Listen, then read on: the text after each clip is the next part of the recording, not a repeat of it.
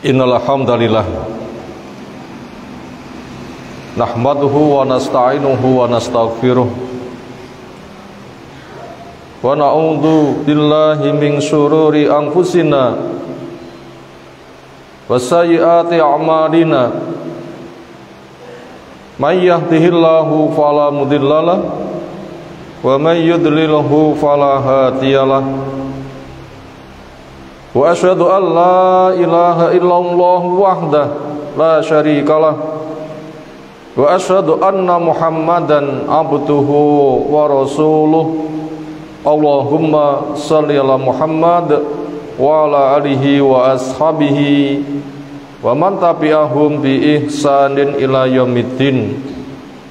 Ya ayyuhalladzina amanu taqullaha haqqa tuqatih wala tamutunna illa wa antum muslimun. Ya ayuhan nas ittaqu rabbakum alladzi khalaqakum min nafsin wahidah wa khalaqa minha zawjaha wa bassa minhuma rijalan katsiran wa nisaa'a wattaqullaha alladzi tasaaluna bihi wal arham innallaha kana 'alaikum raqiba. Wa ba'd, fa inna asdaqal hadisi kitabullah wa khairal hadyi hadi Muhammadin sallallahu alaihi wasallam wa syarrul umuri muhdatsatuha fa inna kulla muhdatsatin bid'ah wa kulla bid'atin dhalalah wa kulla dhalalatin finnar. Ma'asyiral muslimin, jamaah Jumat, semoga Allah Ta'ala mencurahkan rahmat, fadilah, dan ampunan untuk kita semuanya. Tanda orang yang selamat yang selalu memegang wasiat, karena dia adalah pesan yang selalu dikenang, dijalankan, yang mengarah kepada jalan keselamatan. Surah Al-Asr memberikan jalan keluar bagaimana menjadi orang yang selamat, diantaranya dengan memegang wasiat. Dari sekian banyak wasiat, wasiat takwa merupakan wasiat yang paling besar.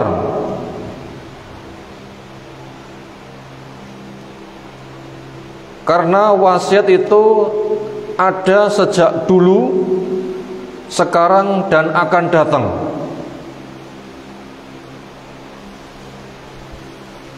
Dan kebuatan takwa itu adalah setiap detik. Pesan Nabi SAW, ittaqillaha haitsuma kunta. Takwalah kamu kepada Allah dimanapun kamu berada. Demikian juga kapanpun waktunya.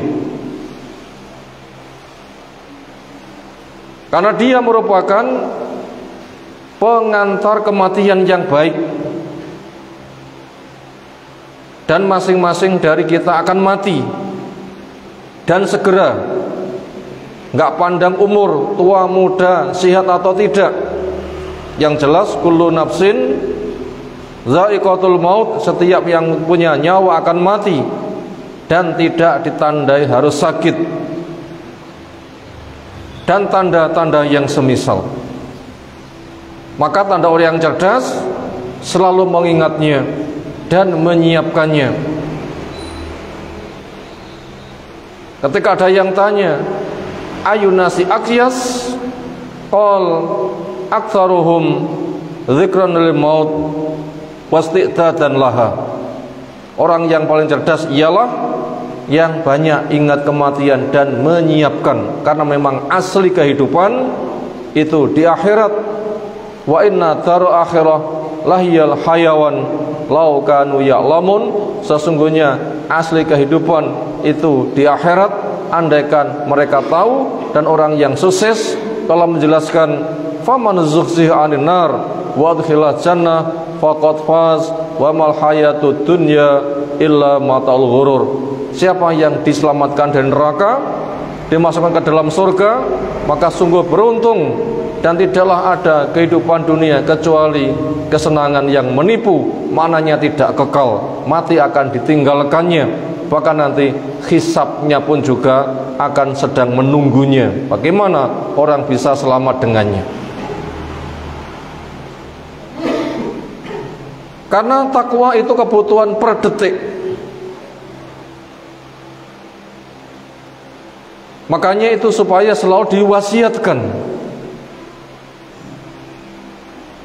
Kematian pun juga kita tunggu detik demi detik. Persiapannya pun juga harus demikian. Lalu bagaimana bentuk takwa itu sendiri? Jawabnya, adanya taklim, penghargaan kepada jalan keselamatan yang Allah telah tetapkan. Allah menjelaskan, wa may yu'azzim sya'airallah fa innaha min taqwal qulub. Siapa yang menghargai kepada syiar Allah, maka itu perwujudan hati yang punya takwa. Apa itu syiar? Yaitu rambu-rambu yang telah Allah tetapkan. Ada halal, ada haram. Halal kerjakan penuh harap, haram tinggalkan dengan penuh waspada. Ada jalan surga, ada jalan neraka.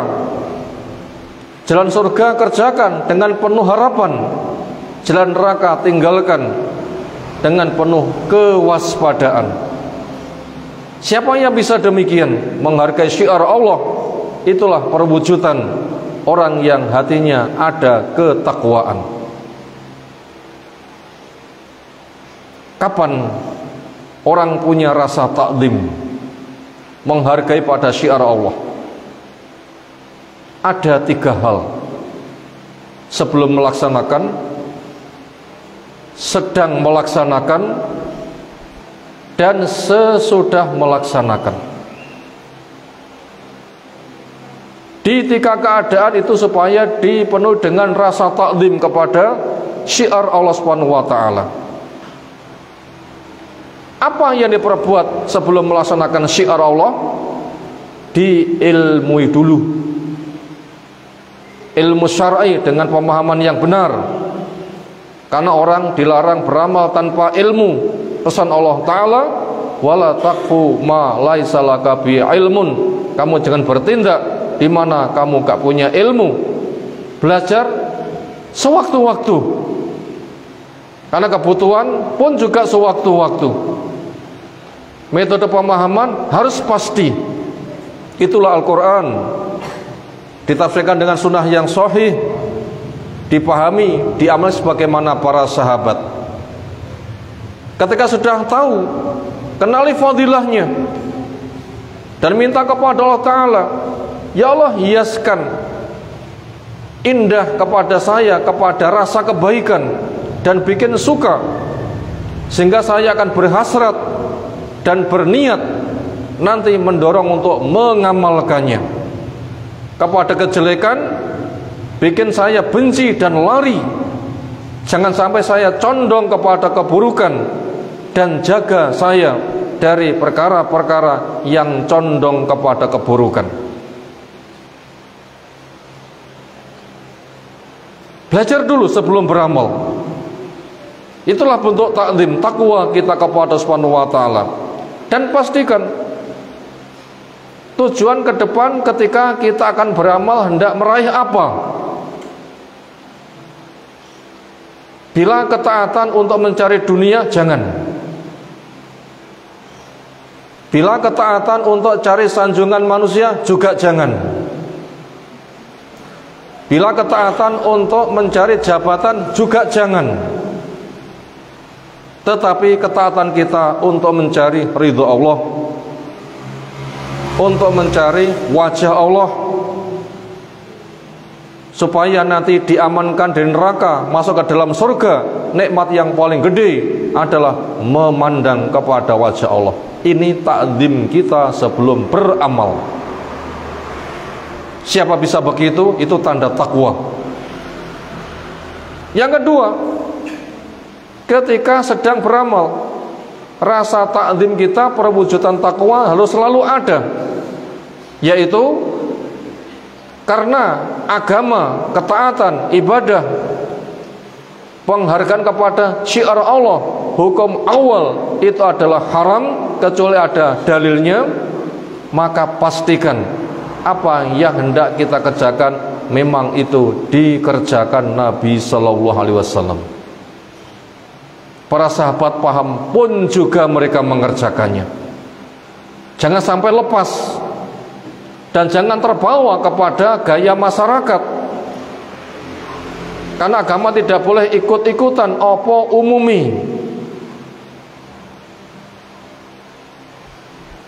Dan kita juga nggak boleh untuk dicela, nggak boleh takut untuk dicela. Karena tanda orang yang beriman adalah la yakhafuna laumata laim, tidak takut celaan orang yang mencela. Bahkan ketika diancam, mereka pun juga tidak akan mandek. Karena memang dikatakan kul haqqa walau kana murran, katakan yang hak itu walaupun pahit. Itu rasa takzim kita, bentuk takwa ketika sedang beramal, penghargaan kepada syiar Allah, pengerjakannya tidak boleh lepas dari sunnah apa yang telah dicontohkan Nabi Sallallahu Alaihi Wasallam. Makanya ikuti sunnah, jauhi bid'ah, itu merupakan kunci keselamatan dari amal yang sedang dikerjakan. Lalu yang ketiga, rasa takzim kita, bentuk takwa ketika selesai dari beramal. Artinya apa? Apa yang telah kita kerjakan jaga. Jangan sampai ketika kita punya tanda-tanda meraih sesuatu akhirnya rusak. Maka termasuk kerugian besar orang bekerja keras meraih sesuatu, ketika telah mendapatkannya dia merusaknya. Dan pembatal-pembatal amal itu adalah amat sangat banyak. Maka Allah SWT berpesan, wala tubtilu shadaqatikum bil manni wal adha. Jangan kamu batalkan sedekahmu, amal ketaatanmu, dengan kamu sebut-sebut untuk minta sanjungan pada orang lain, dan bahkan itu menyakitkan kepada orang yang kita pernah memberikan jasa kepadanya, batal nanti. Dan syirik merupakan pembatal yang paling mengerikan, karena pesan Allah Ta'ala, la in asyrakta la yahbatanna amaluka wala takunanna minal khasirin. Bila kamu syirik, mencari Tuhan selain Allah, ada yang kamu minta sanjungan bersama Allah, maka amal yang sedang kamu kerjakan itu menjadi batal. Termasuk pembatal yang lain, dosa-dosa, karena nanti amal akan ditimbang. Apabila dosanya lebih besar, kebaikannya tidak bisa menetralkan, pun juga akan sirna dari apa yang ia kerjakan. Maka untuk itu jagalah, jauhkan dari kesyirikan, jauhkan dari dosa-dosa dan berbagai macam pembatal-pembatal yang lain. Dan apa yang telah kita kerjakan, kerjakan dengan kontinu, supaya kebaikan kita bukan sebatas pada momen-momen tertentu, tetapi kebaikan kita bersifat terus. Di Ramadan dengan puasa, jadikan tradisi puasa menjadi tradisi kehidupan kita setiap waktu. Kalau Ramadan bersama Syawal punya nilai puasa 1 tahun, maka upayakan 1 bulan dengan 3 hari punya nilai puasa 1 bulan. Itu cara menjaga. Termasuk cara menjaga dengan cari ilmu, hadiri majelis ilmu. Cara menjaga, jauhkan dari dosa-dosa, karena kejelekan itu akan menggerogoti kebaikan, apalagi hasad. Demikian juga jaga dengan cara memilih teman yang baik, hindari lingkungan yang buruk, karena al mar'u ala dini akhih, falyandur ahadukum ila man yukhalil. Seseorang dipengaruhi agama temannya, untuk itu lihatlah dengan siapa seseorang berteman akrab. Salah konco nanti bisa keseret.